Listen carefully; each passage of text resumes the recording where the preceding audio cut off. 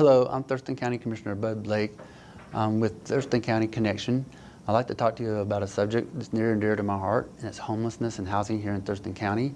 I have with me today Schelli Slaughter, and some members of the Housing Action Team, some members from the Coordinated Entry, and some members to talk about the Home Fund. Please join me for today's program. I think you're going to enjoy it. And the agenda that I've prepared today is as far as the overall view of what the housing and homeless consist of here in Thurston County, which would include some of the things such as Housing Action Team, Coordinated Entry, and even a little bit about Home Fund. Before we get started, I've asked the Director of Public Health and Social Services here in Thurston County, Schelli Slaughter, to talk with me a little bit about the state role, the county role, and some of the programs and some of the funding and how the outcomes are met as far as mitigation and resolution. So, hello, Schelli. How you doing there? Hi, good. How are you? Doing pretty good. Just kind of give a little bit of background as far as some of the state agencies and things that happen and how they help shape as far as curbing the homelessness population and where they help out as far as housing, maybe say with the Department of Commerce and any other entity that you're associated with in terms of a county representative. Sure. So at Thurston County Public Health and Social Services, homelessness and affordable housing is one of our really important divisions. Homelessness and housing affects the health of many individuals in our community, and we work very closely with our state and federal partners to provide funding so that we can address the important issues of homelessness and affordable housing in our community. So you mentioned the Washington State Department of Commerce. So the Washington State Department of Commerce provides funding, and also the governor and the state of Washington provide guidance on overall strategy for us in the state of Washington to reduce the instances of homelessness throughout all the counties in our state. Also, the Federal Department of Housing and Urban Development provides federal funding through various programs that fund housing projects and homeless programs in our community. So many of those funds come through Thurston County. So Thurston County coordinates and distributes about $4.6 million per year to various nonprofits in our community that make up our continuum of care and provide various services and housing, shelter, and other types of programs in our community. Fantastic. So you mentioned how you have a partnership with the federal and state entities and how the county facilitates some of those funds and distribute them. Can you speak to them a little bit more of how they are received, accounted for, and distributed, and some of the nonprofits execute and complete that continuum of care? Sure, yes. So there are several different types of funding that make up all of the sources that fund various projects in our community. One of those largest sources comes out of document recording fees, also known as 2060 and 2163 funds. And so what many people may not know is every time they purchase a home or refinance a home, a portion of the fees that they pay when they record those documents goes to support local families and individuals that are struggling with housing right here in our community. So that makes up a big portion of those funds. I mentioned the various federal sources that we have that fund the development of new affordable housing and provide subsidies for those that are low income. In Thurston County, approximately 36% of people are cost burdened or cannot afford rental housing in Thurston County. So those type of funds provide really important resources for people to access housing in our community. Locally, community development block grant funds come from federal sources. They go to the City of Olympia, and then through various other communities, they rotate through Thurston County, City of Lacey, City of Tumwater.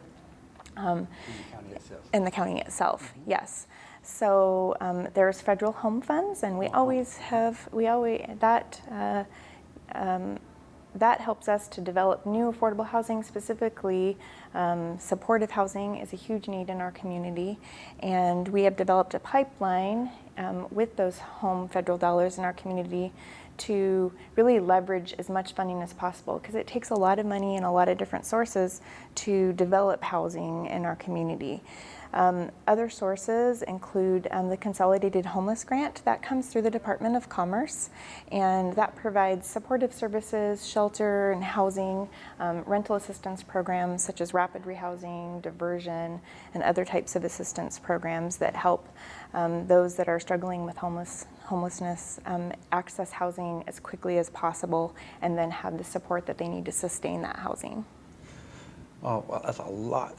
I mean, some of the things you and your staff complete on a day-to-day basis. And so just for a second here, talk about how big that staff is and helping a population of 260,000 people.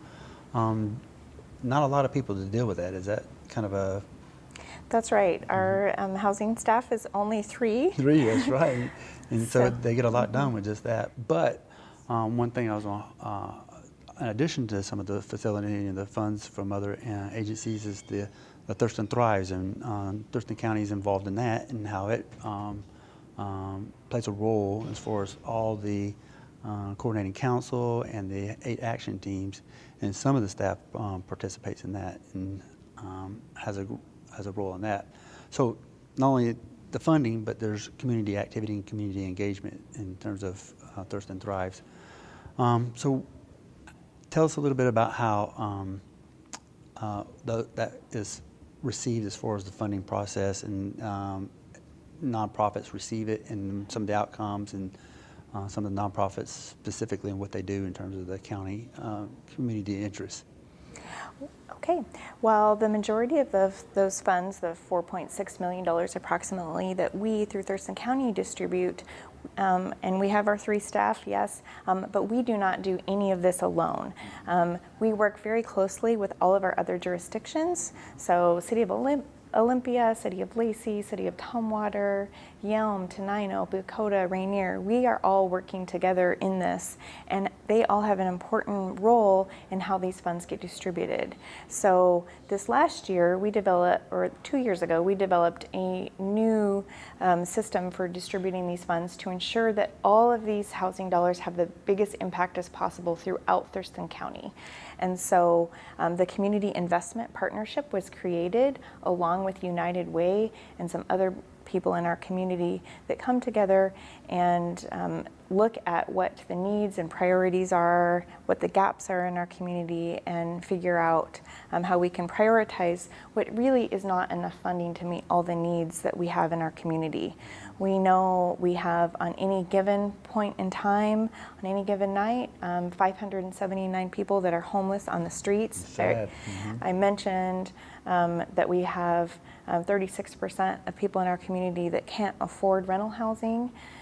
So this is very, very important that we are all working together to figure out how to most efficiently use these funds. So there's a grant process every year that happens. The Community Investment Partnership and the Thurston Thrives action teams and coordinating council establish what the priorities are for those funds. Of course, we also follow the state and federal guidelines and really pay close attention in our community to what the best practices are. Nationally, evidence-based best practices are really important for achieving success with those funds. And so there's a grant process. We have individuals in the community with expertise in this area that make up panels and evaluate the applications, and then each spring those grantees are awarded funds, and it's usually around 15 different organizations that receive funds, and they all play a very important interconnected role in the system. And so some of those organizations I mentioned provide things like rapid rehousing. We're going to hear about that in a minute. Emergency shelter in our community, affordable housing, our cold weather shelter system, coordinated entry. Yep, we're going to hear about that also in a minute. Yep, sure, that's great. And the Housing Action Team as a whole. And yes. I'm part of one of those 8 teams in terms of the Thurston Thrive initiative, yeah.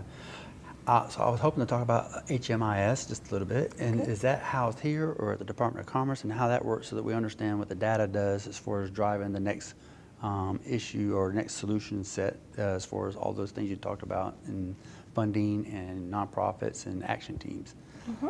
So HMIS, so you're referring to what is called the Homeless Management Information System. And this is a data system that was actually developed by the federal government that everybody that we contract with, every housing and homeless provider enters their data into the system, not only nationally at the state level, but locally as well.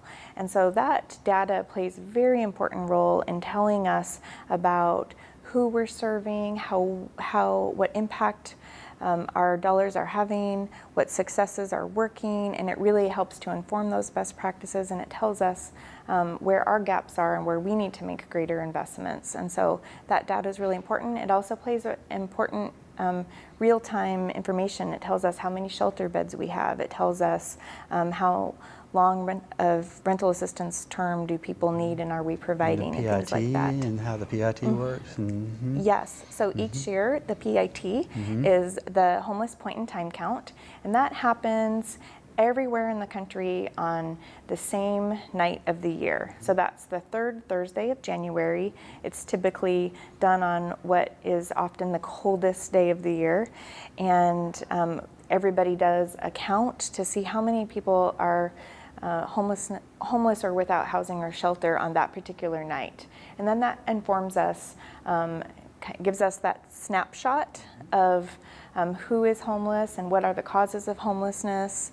And then also that homeless management information system gives us information which is confidential information, but it tells us how many people are entering our system and what we're doing to help get them out of the system, because we want homelessness to be rare, brief, one time. Mentioning that, just to touch on the veterans, you have a VAB, as I think is a Veterans Assistant Board here. Are you able just to kind of give a moment of time of what that means and how it works for the PHSS, so the county as a whole? Sure. So you're referring to the Veterans Advisory Board. Advisory Board, sure. And so that is a board that is focused on ensuring that veterans in our community, those that have served in the military and their dependents, have resources that they need. And housing is often one of those key needs that are really important.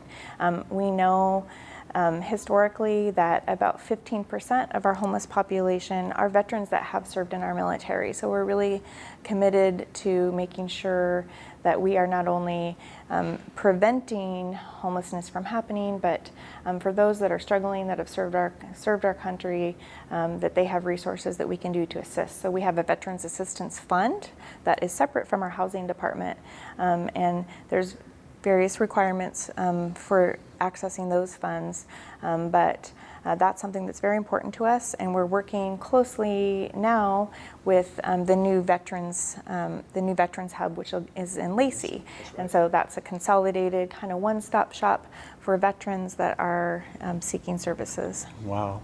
So she mentioned 3 staff plus herself. That's 4 people total, with the director plus 3 handling federal, state funds, facilitating, distributing, and accounting for the nonprofits, the Thurston Thrive, and all the internal works here as far as public health and social services. I just got to thank you so much for what you do for this county, at the population of 260,000 and growing on a daily, yearly basis, and you never miss a beat in terms of making it professional. Thank you so much for what you do here in Thurston County. Thank you, Commissioner Blake. You bet. Good afternoon. This is Thurston County Commissioner Bud Blake. On this segment of homeless housing in Thurston County, I've gathered a little panel today to talk about coordinated entry. It's a key component in which each one of the members is going to describe their role as far as the Thurston County entry points for those who are homeless and seeking housing. But before I start, I'll tell you that there's 2 or 3 different versions of it. For example, Pierce County has a single point entry. We do not have that. We have a 3-point entry, and we like it for Thurston County to have it that way because it really touches base with the population base that it serves. So I'll turn to the panel and ask each one to introduce themselves and give a little background, and then we'll have a discussion. Trish? Hi, I'm Trish Gregory, the Executive Director of the Family Support Center of South Sound. Did you want us to speak about coordinated entry, or do you want to introduce the whole panel first? Introduce the whole panel. Okay, go ahead. I'm Phil Owen. I work with Sidewalk. I'm the Executive Director, and we serve homeless adults. I'm Derek Harris, the Deputy Director of Community Youth Services, and we work with youth and young adults. So go ahead, Trish. Yeah, start off with how Family Support Center works with the coordinated entry and what it does for us. Sure. The Family Support Center is the lead coordinated entry agency for Thurston County, and we partner with our longtime partners of Community Youth Services and Sidewalk to create the 3-point system for our community. So the Family Support Center is responsible for providing services to all homeless families with children and survivors of domestic violence who are seeking housing. So within that, we work with all of our community housing partners that serve families with children, including permanent supportive housing opportunities, rapid rehousing opportunities, and shelter for families. Great. And Phil, for Sidewalk? Sidewalk serves homeless adults and veterans, and we serve as the point of referral for all of the homeless housing programs and shelters for homeless adults. We also run a diversion program to help quickly move people off the streets into homes and avoid the homeless service system if they can, and a rapid rehousing program that provides a midterm rent assistance to help people get off the streets. And Derek, for CYS? Yeah, so Community Youth Services has been in this community since 1970, and since that time we've built up a continuum of care and have been the right door for youth and young adults since that time. We were very happy to be part of the coordinated entry process because we were already a natural fit for that. We have services to assist youth and young adults that are experiencing homelessness, from street outreach services, drop-in center services, teen sheltering, young adult sheltering, and young adult housing services, as well as some integrated care through behavioral health, substance use, independent living skills, foster care, and early intervention. So in developing the system and thinking about the 3 points of entry, we were very pleased to be part of the team that helped to create that. And really, kind of like with what Bud stated earlier, we kind of went with what were natural fits and natural locations in this community that participants were already going to for services, and we didn't want to disrupt that or create any unnecessary barriers, and really kind of build efficiencies with our own systems. Great. So I guess one of the questions I throw out there, a common item between all three of y'all. What is one of the challenges that all three of y'all face in terms of either funding or communication or some of the community involvement or lack of involvement? Is there any particular thing that crosses all three of coordinated 3 points? Funding. Funding, yeah. I'm going to talk a little bit about funding and how efforts are out there as far as initiatives or how funding comes about in terms of coordinated entry. So we're primarily funded through Thurston County government, and all three of our organizations attempt to patch together other funding sources to supplement that. When we look at comparable systems in other communities, you look at Kitsap County is about the same size as Thurston, and our coordinated entry system sees about the same number of people, and the budget for coordinated entry in our community is $100,000 as opposed to $300,000 in Kitsap. Oh my God! And so we're trying to do a lot with very little. And one of the ways that we try to do that at Sidewalk is that we're a volunteer-driven organization, and so volunteers at Sidewalk do all of the direct work with our participants. And as we were building that program, we had a look at crisis hotlines and emergency services. As you know, any rural part of Thurston County is served by volunteer fire departments and volunteer EMS. Oh, wow. And so we looked at those and their sort of their command structure and their training systems and all those things to design our volunteer program. So we have highly trained, very experienced volunteers. And how about either one of you? How does funding impact you as far as families or for youth? Yeah, I would say the same about coordinated entry. The funding for that position is limited. But another challenge that we all three face is that our whole goal of coordinated entry is to quickly move families and singles and youth from the streets to permanent housing. But we have a lack of permanent supportive housing opportunities in our community and a lack of resources for shelter and for just overall resources to support making that happen as quickly as possible. Yeah, great. And Derek? Yeah, I think funding is something that we should always focus on because it does take staff time in order to like reach the as many people as possible for this coordinated entry system. Another barrier that I think is happening nationwide and statewide and locally that we've been able to overcome in this community is youth and young adults as a subpopulation wasn't really addressed when this got rolled out. And so as time has gone on and regulations have changed, it's kind of caught up with the system that we created, and we actually were pleasantly surprised that the system we created does actually follow best practices towards target populations. I'm also proud to say that based on our work here in Thurston County, we were able to influence statewide policy and guidelines from the Office of Homeless Youth to give recommendations out to other communities about how to work with the youth and young adult systems in their communities. Go ahead, Philip. Yeah. This three-part system that we set up in Thurston County really has turned into a beautiful thing that Thurston County has done a very nice job setting this up. When you look at the different populations that we serve, they have very different needs from each other, right? So the Family Support Center has done a very nice job building up the Justice Center for DV survivors and surrounding the families that they serve with the services that children need and that parents need to be successful parents. And at Sidewalk, we work with a lot of folks who have been chronically homeless and out on the streets for a long time and have pretty intense mental health and healthcare and substance use needs. So we've just partnered up with Providence and Interfaith Works and a number of other organizations to open the Community Care Center. And kind of cool thing at Community Care Center is that we have those healthcare and behavioral health providers right there on site with us. Mm-hmm. So the very first day, we had a participant who had a wound that needed taken care of. And as they were meeting with one of our advocates to work on housing, the advocate just walked them right across the hall and got that wound taken care of, just like with a nurse, right? Success. So that's cool stuff. Cool. So let's talk about some of the a scenario here that brings us the success that we've all enjoyed for us, the coordinated entry. If I'm a single male adult, I can go to the, just for example, CYS and knock on the door or call in. Do y'all communicate with each other as far as how that works in the three-pronged entry to help each other out? Can one of y'all walk us through how that might work and not work as far as getting shelter or other services or housing or something like that? Sure. Mm-hmm. So the beauty of our system is that primarily the populations that we each individually serve go to the right door at the original point. Families with children know that the Family Support Center is the primary location for homeless families with kids. Sidewalk is that primary location for singles, and that's well known in our community. However, there is a lot of crossover in the work that we do, and the Family Support Center may serve a single homeless pregnant woman who qualifies as a family and qualifies as a single. They may also be under the age of 24 and qualify as a youth. So when that happens, we ensure that whatever door they come through, that they receive the intake process and are assessed for what services they're interested in. And then we're collaborating behind the scenes as well and making a warm handoff to the agency that can best serve that individual.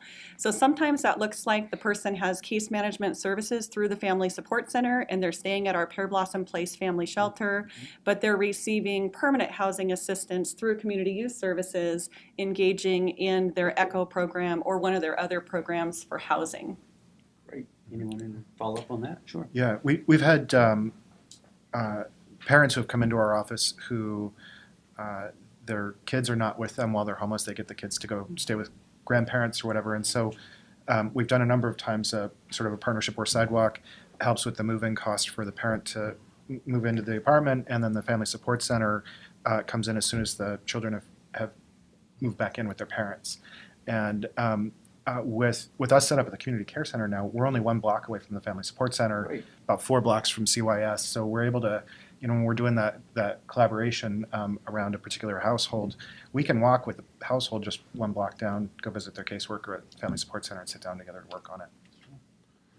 Yeah, and I just can give an example of where we had an individual who was a former participant at CYS who was 28, so outside of our age range of services, had a child with them, and came to CYS because that's where they knew where to go. Mm-hmm. And as a result of that, we were able to quickly connect them with Family Support Center, and they were able to get quickly sheltered and then move into housing. And so it's really about the history of these agencies in this community being able to not only the community knows where to send people, but people that need services know who they can trust and rely on to go to. And because we have such trust with each other as organizations, we've been able to kind of build some of these seamless systems so people can get the help they need. Great.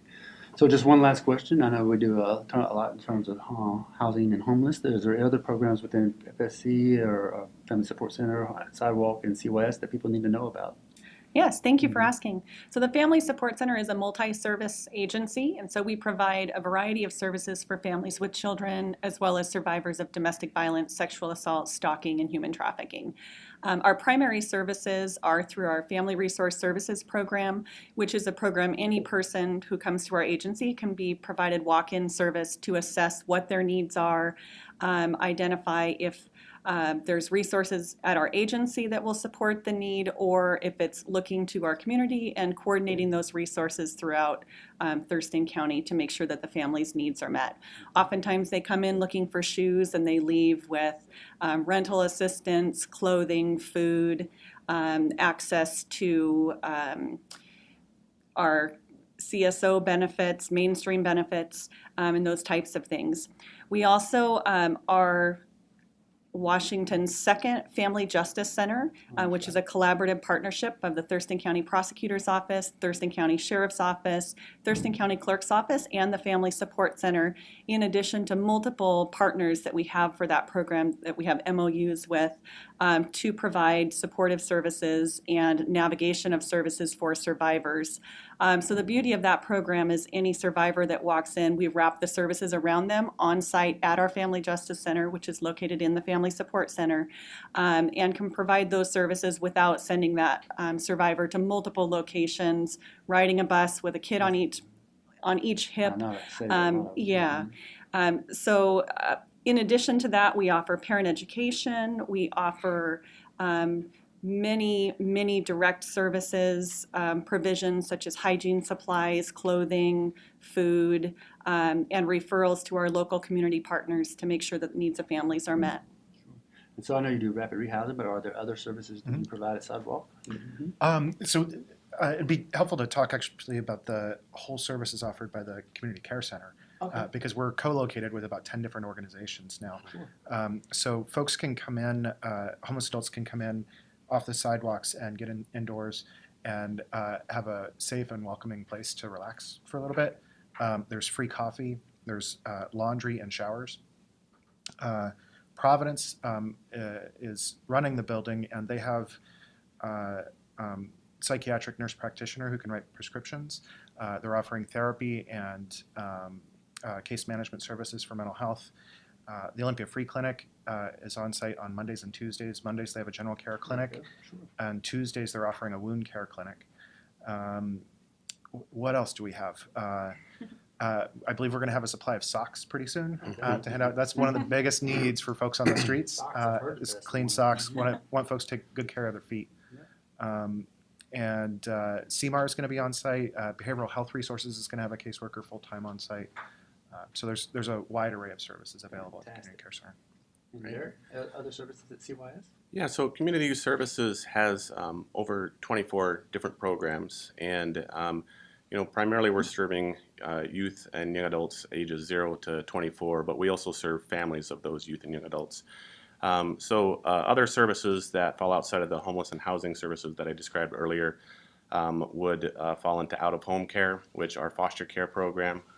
We provide services to over 30 youth per year in our foster care services.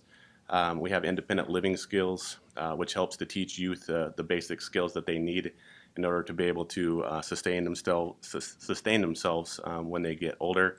We have behavioral health services and substance use services. We have education and employment services, as well as early intervention services for parents and small children.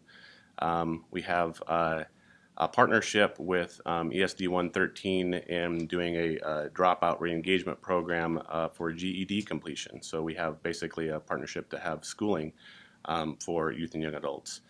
There's probably something that I'm missing, but if the basic information I'd want to give, if there's a youth between ages of 0 to 24 and they're at risk or they have different service needs, just please send them to Community Youth Services. Yeah, so I'll just conclude to say that, as you can see here, the coordinated entry is a vital part of Thurston County in terms of helping homeless and those in need. The leadership of Derek, Phil, and Trish is just the beginning of it. Their organization, their staff provide a lot of resources and assistance. Without them, we would be so much further behind the times, and they bring a wealth of goodness and good hope to those here in Thurston County. So I'd like to thank you on behalf of the Thurston County for your time today and the things you do for the county as a whole. Thank you. Thank you. Can we throw one more thing in there? Sure, go Will you ahead. hold that number up again?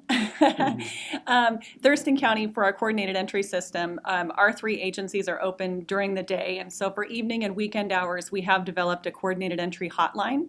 And that number is 1-844-628-7343. So I just wanted to share that number with you, and there's an opportunity on there to choose which population you're looking for services for, and then that will, during the day, it will route you to the appropriate agency, and in the evening, we're working with partners to cover that during that time as well. So anybody who's looking for shelter or housing, give that number a call and we'll have somebody available to answer the phone. Thank you so much. Thank you. So as I mentioned earlier, the Housing Action Team also plays a role under Thurston Thrives Initiative, which is a community health initiative. I'd like to introduce you to the panel of the Housing Action Team and talk a little bit about what they do. I'll start with Liz. Liz? I'm Liz Davis, and I am the community coordinator for Thurston Thrives. And I'm Derek Harris. I'm the chair of the Homeless Housing Hub, which is the red team for the Housing Action Team under Thurston Thrives. My name is Elisa Sparkman. I am the coordinator of the Thurston County Healthy Homes Program, and I represent the Green and Healthy Affordable Rentals team under Thurston Thrives Housing Action Team.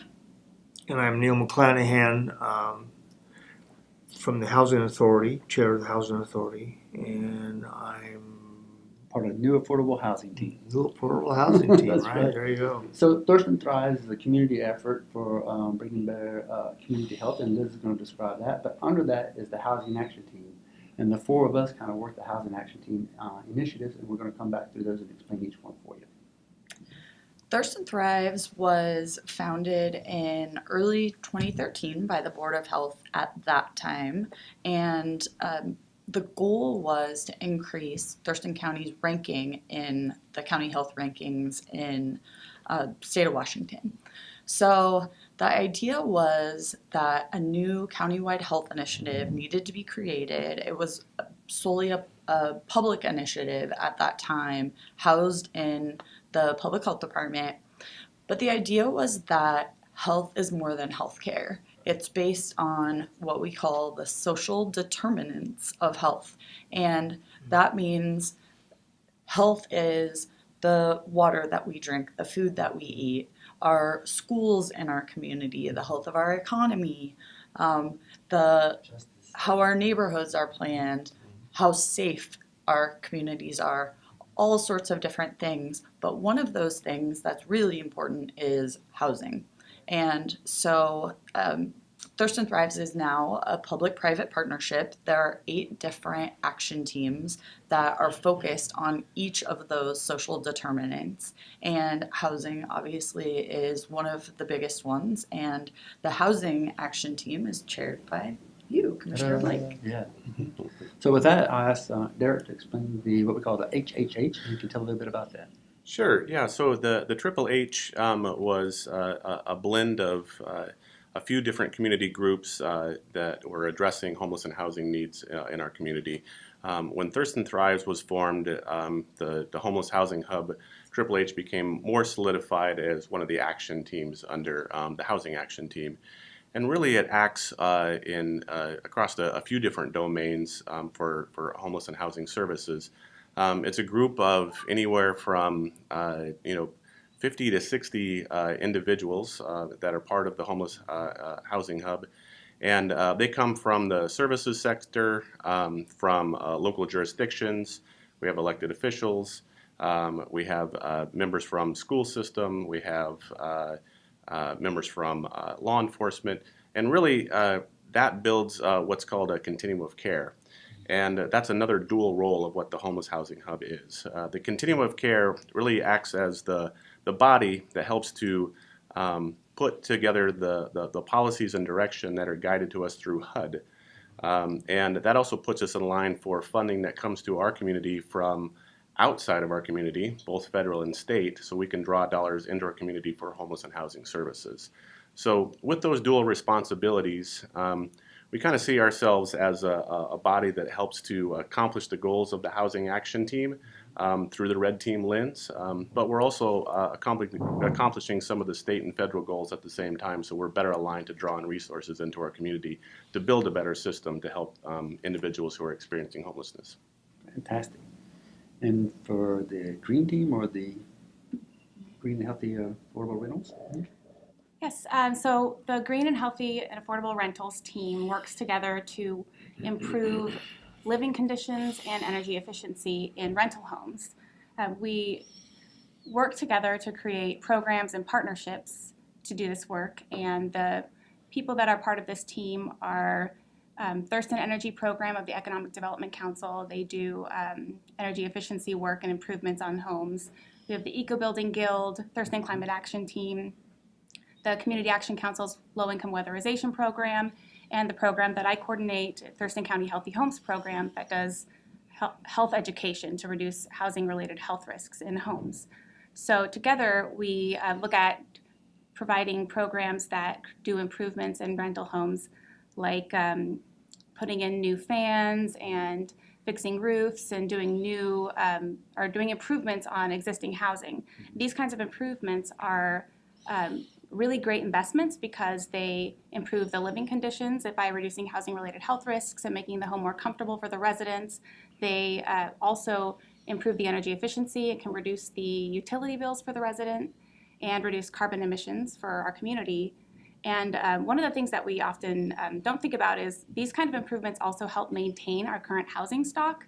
So we look at our housing in the community, and we have a lot of programs, as Derek said, about working with homeless, and there are programs for new construction, but a missing piece there often is maintaining the homes that we have currently. So that's what this kind of work addresses. So together we're kind of starting a new team to try to get this work done here in Thurston County. So we're probably the smallest group, subgroup of the Housing Action Team, and we are kind of forging a new front here. So Very well with it. Yes. thank you. Good. Neil?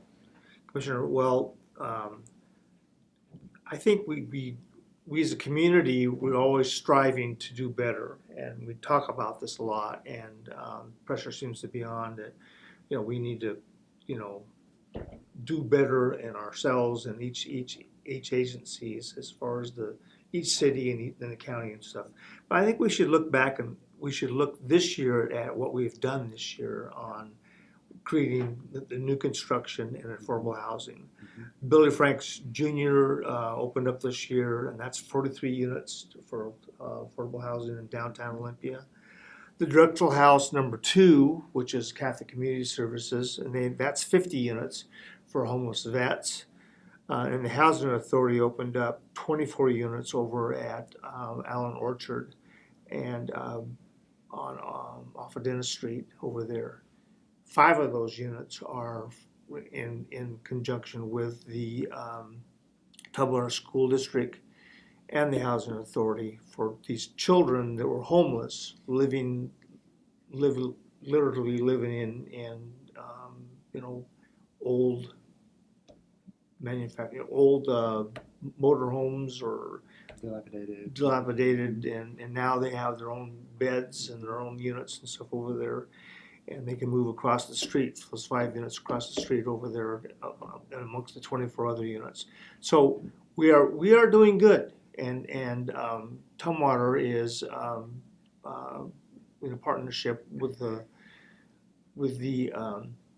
school district, but more importantly, the Housing Authority in partnership with the school, right, all the school districts to replicate this. And as chair of the Housing Authority. We are going to move forward and look at replicating that, and do that into the future for all school districts. Fantastic. So I'll just add on to some of the things Neil mentioned there as far as the new affordable housing. That's the other team. We also call it the blue team. We look at things as far as brick and mortar construction or converting out of rental, say about a hotel, and converting it into a livable, affordable place for those to go and live. Some of the other things we do is we build a pipeline. Pipeline is the metric structure that has funding that goes into it to leverage a larger portfolio of operational dollars for an organization to be able to every 5 years put shovel-ready projects into the ground and build more units within the community or convert those units into a affordable place, be a rental, what have you. Other things that we do on the team is we have what we call an incentivized sub-team where we go to each one of the jurisdictions and ask them to look at their permitting process to not only honor the market rate housing, but honor the affordable housing permits and see if we can maneuver or switch some of the things around without violating your codes or laws, but at the same time have that leeway in to be able to have affordable housing permits. That's never really been done. That's kind of a new and up and coming thing. So I say that as a blue team member, but you should know as a chair, I'll tell you that, and I have questions for them in a second, we work off of a strategy map, and it's all red, green, and blue, as you can imagine. And over time, we make sure we accomplish our goals in terms of each team's representation. So I'm going to ask Derek, some of the things we talk about are either a levy or some of the legislation pieces that are ongoing or in the future that we work on. And so is there anything in mind that comes to mind as far as levies or legislation items? Yeah, I think we have an expert on the levy that we'll kind of try to pull in, to talk about in a little bit, and I'll talk with them. But the basic idea behind the levy is that as a community, something that we're severely lacking in is additional housing units, permanent supportive housing units. And one of the ways to help generate the revenue to do that is to look at a sales tax. And with those resources, we would be able to, over time, for the whole community, if the whole community bought into the levy, it could build 500 units. Currently, the City of Olympia is looking at doing that in the spring. And the goal of that is to bring 250 units of housing online with that. Other really key things that we're working on through the Triple H and the Housing Action Team is the completion and adoption of the 5-year plan.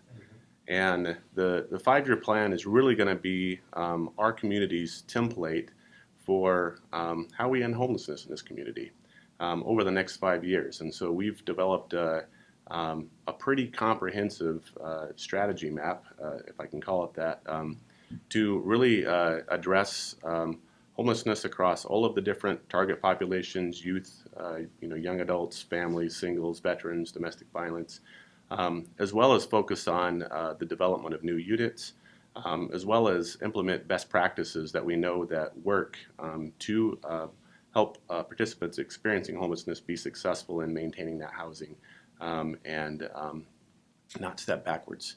So that is in process. Once that is adopted, we have action teams that we're lining up. Yep, we even did that in our last meeting there, right? We went over the assignments and the tasks, and we haven't assigned anybody yet, but that's some of the future work to be done. Absolutely, yeah. So we're ready and we're excited about it. Yeah, sure. I want to turn to you and as far as the Green Team, some of the projects that we thought we had and what we were working on and how that's had a benefit to either a house person or the community as a whole. Sure. As a sort of a pilot project, we're just finishing up one that was funded over the past year where the Thurston County Healthy Homes Program partnered with Thurston Energy Program to have rental homes get new fans installed in the bathrooms and have new... Why is that important? Okay. Yeah. I will So basically Most that, people would just think it's a fan in the bathroom, Yes. and here we go, take the shower, get on out of there, brushing your teeth and all that, right? But it's not, it's more than that, right? yes, and that's why also part of this was education was paired with the fan, and they also received other funding was for HEPA filter vacuums, and the idea for this was to improve indoor air quality in rental homes. So in order to have proper indoor air quality, a home needs ventilation. Right. And so bathroom fans are ideal because there's also a lot of moisture in bathrooms, and that needs to exit the building. Otherwise, mold is what you get in the bathroom. Strawberry barracks. Yeah, Stachybotrys, or any kind of mold. And the also water damage can cause major structural damage. So ventilation also removes any kind of indoor air pollutants that you have, not just moisture. So having good ventilation, bathroom fans are a big way to help with that. And then also having a good vacuum with a HEPA filter helps reduce the sources of indoor air pollution. So just by living, we create indoor air pollution by breathing, by cooking, by just getting ready in the morning. The dust that we bring in is indoor air pollution. So a good working vacuum with a HEPA filter can make a huge difference. So, and then we also provided education about why these are important. Healthy people stay in healthy homes and have healthy jobs, and next thing you know, we don't have to have people out on the streets because of their illness or lack of work or whatever. So we try to get in front of the problem set by Absolutely. having that fan in the bathroom. Yeah, it's a good start. So since our green team, our green and healthy affordable rentals team is relatively new, we're kind of trying to piece together what resources we have, looking for new resources, and finding more partners. So this was kind of one of our first little. It was basically a small program. I think it was about 30 fans installed, and I think we've had about 28, and I think there's a few more on the books. And then we'll have over 35 vacuums given out. So it's a not a huge program, but enough to make a big impact. Some of the vacuums I've delivered have been in homes that didn't have one, or homes that had a real small one that didn't really work very well. So people are big fans of the program and like it a lot. So it's nice to be able to bring somebody something that they're going to use. Absolutely. And it's going to benefit them. Yeah. And so one of the projects that you could talk about in terms of what you've seen from the Housing Authority that's been a super success. We're going to do another one. Well, obviously, Drexel House on Allen Orchards is a big success. So we're going to do 3 more units over off of a golf club and 14th Avenue in Lacey. Oh, okay. And they're taking down some shabby housing, and we're going to put up 3 duplexes over there. That's another one on the radar too. So onward and up. Fantastic. So as you can see here, the Housing Action Team has a component of advocacy and legislation, levy, healthy homes inside the home, or brick and mortar, as we touched on there. I welcome anybody to come. We meet the 3rd Wednesday of every month here at Lily Road, the Public Health and Social Services building. It's open to the public, and come visit us with the strategy map and ideas, because we can't do this all alone. We have about, I'd say, 120 something people in total of the Housing Action Team, but it really does take everybody's input. So with that in mind, I'd like to thank the panel here today for coming and speaking on behalf of their team, and how Thurston Thrive as a whole has a huge impact on homeless and housing. Hi, I'm Derek Harris again, and in the previous segment we talked a little bit about the home levy, the home fund, and I gave a brief description of what that was, and promised I would be bringing Owen to ask a few more questions, as he is one of the co-chairs of the home fund, and so we get a little bit more details about it. Phil, I talked just briefly that the home fund is a mechanism for us to be able to bring more housing units online in Thurston County, and that the City of Olympia is taking a look at it to bring 250 units online through a February ballot measure. Can you maybe just give us kind of like the 101 on what the home fund is and what the intention is, and really kind of what the next steps in the campaign is? Sure. So the home fund is a proposal in the City of Olympia for 1/10 of 1% sales tax that'll fund the creation and operation of long-term supportive homes for the people who are the most vulnerable out on our streets in Olympia. And it fills a very specific need in our community. I'll share a brief story to highlight that. I ran into an old friend recently who I've known about 14 years. Bumped into him out front of a coffee shop, and he's been homeless for pretty much that whole 14 years. And he's struggling right now because he's got a heart condition and needs to go in for surgery. And he can't go in and have that surgery until he has a safe place to be discharged to where he can recover from the surgery. And besides his current health condition, this fellow has had it rough. He's survived cancer twice, and he also survived the death of his son. And when we talk about homelessness, normally we're talking about smart, driven, hardworking, low-income people who usually only need a very small bit of assistance to help them get moved off the streets and into homes, and usually they've got it covered from there.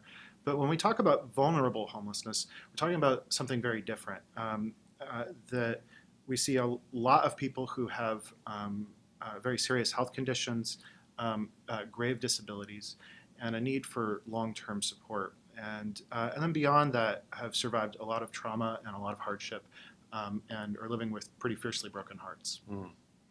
So what the Home Fund will do is it'll fund the creation of safe and secure homes for people who are the most vulnerable on the streets, come with support services like healthcare and mental health services. And again, it's just a 0.1% sales tax. So if you go to the corner store and you buy a pop, it doesn't add up, the additional tax doesn't add up to a penny. If you go out and you spend $10, you'll pay about an extra penny so that my friend can have a place to call home. And what could be the real impact of just that small percentage as far as resources that could actually help individuals in need in our community? So the sales tax will generate $2.1 million per year. That'll help to build 250 affordable long-term homes for people in the greatest need in the very first 7 years. Wow. And then we'll be bringing the same campaign to the cities of Lacey and Tumwater in future years, aiming to build an additional 250 homes. That's 500 vulnerable people that we could move off our streets. That's amazing. And I bet it took a lot of community support to help this get to where it's at today. Yeah, well, your organization has been a wonderful supporter, so thank you. Yeah, Community Youth Services was one of the first organizations to endorse the Home Fund because, you know, we have vulnerable populations that need homes, and we could see the direct connection on how this would help create that in our community. So if other individuals want to help support, what can they do? They can go to olihomefund.org and sign up to volunteer or make a contribution. And most of all, if you live in the city of Olympia, the ballot's going to be on this February. Please don't forget to vote. Great, great. Well, thank you very much, Phil. I think that's a really good, captured everything about the Home Fund. And if there's any follow-up or any questions anybody has, please visit the website that Phil mentioned. And thank you for your support. Thank you for joining me for this episode of Homeless and Housing in Thurston County on Thurston County Connection.